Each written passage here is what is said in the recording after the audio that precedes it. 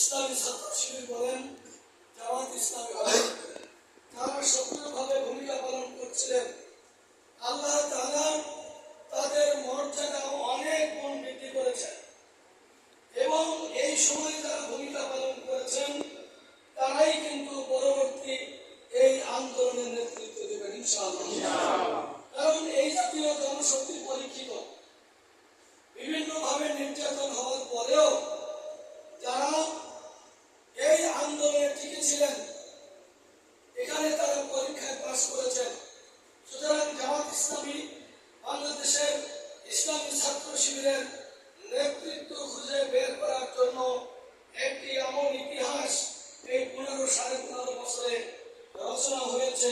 এই আন্দোলনের জন্য নেতৃত্ব খুঁজে বের করা সহজ হবে ইনশাআল্লাহ। এখানে যারা আপনারা উপস্থিত, আপনারা এই বিভিন্ন পর্যায়ে দায়িত্ব পালন করছেন। এই দায়িত্ব পালন করতে গিয়ে আমাদেরকে অনেক নির্যাতনের শিকার হতে হয়েছে।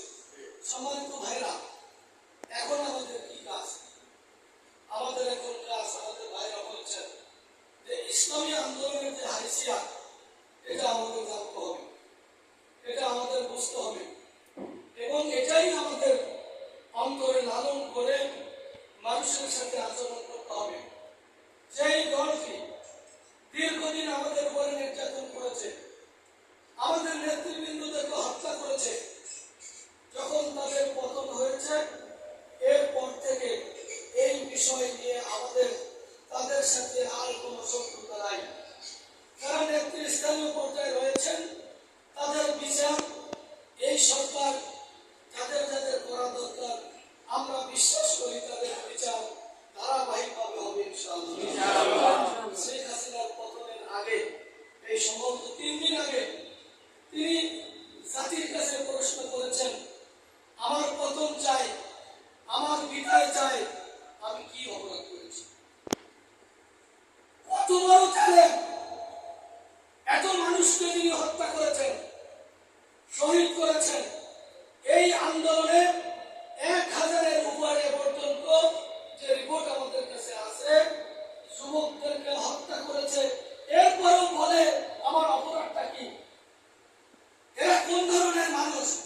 এরা বিবেক বলতে কিছুই ছিল না। যারা আয়নাঘর তৈরি করে এদেশের বিশিষ্ট জনগণকে অন্যায়ভাবে নির্যাতন করেছে। আপনারা দেখেছেন অধ্যাপক গোলাম আজমের ছেলে আমিন আল আজমি, ব্রিগেডিয়ার জেনারেল। ইতিহাস বলে বাংলাদেশে দেশ স্বাধীনের পরে সেনাবাহিনীতে এরকম চৌকস অফিসার আর আসে নাই। এটা সেনাবাহিনী স্বীকার করছে। এরকম একজন অফিসারকে তাকে চাকরি থেকে বরখাস্ত করে তারপরে আয়নাঘর নামে যে আপনার নির্যাতনের সেল করা হয়েছে, সেখানে দীর্ঘ 8 বছর তাকে সেখানে বন্দী করে রাখা হয়েছে। এমন এক জায়গায় রাখা হয়েছে যেখানে মানুষ স্বাভাবিকভাবে বেঁচে থাকার কথা নয়। আপনারা দেখেছেন মীর কাসেম আলী, জামাতের নির্বাহী পরিষদ সদস্য, ইসলামী ছাত্র শিবিরের প্রতিষ্ঠাতা সভাপতি, তার ছেলে ব্যারিস্টার, তাকেও ঠিক ব্যারিস্টার আরমানকে ঠিক একইভাবে নির্যাতন করা হয়েছে। এবং শুধু ওনারাই নয়, অসংখ্য মানুষকে আয়না ঘরে নির্যাতন করা হয়েছে। শেখ হাসিনাকে শুধু আয়না ঘরের এই যে তার নির্যাতন, এই ধারাবাহিকতায় তার বিচার হওয়া উচিত, তার ফাঁসি হওয়া উচিত। ছাত্র সমাজ বিশ্বাস করি যে তার বিচার না হওয়া পর্যন্ত ছাত্র সমাজ থেমে যাবে না।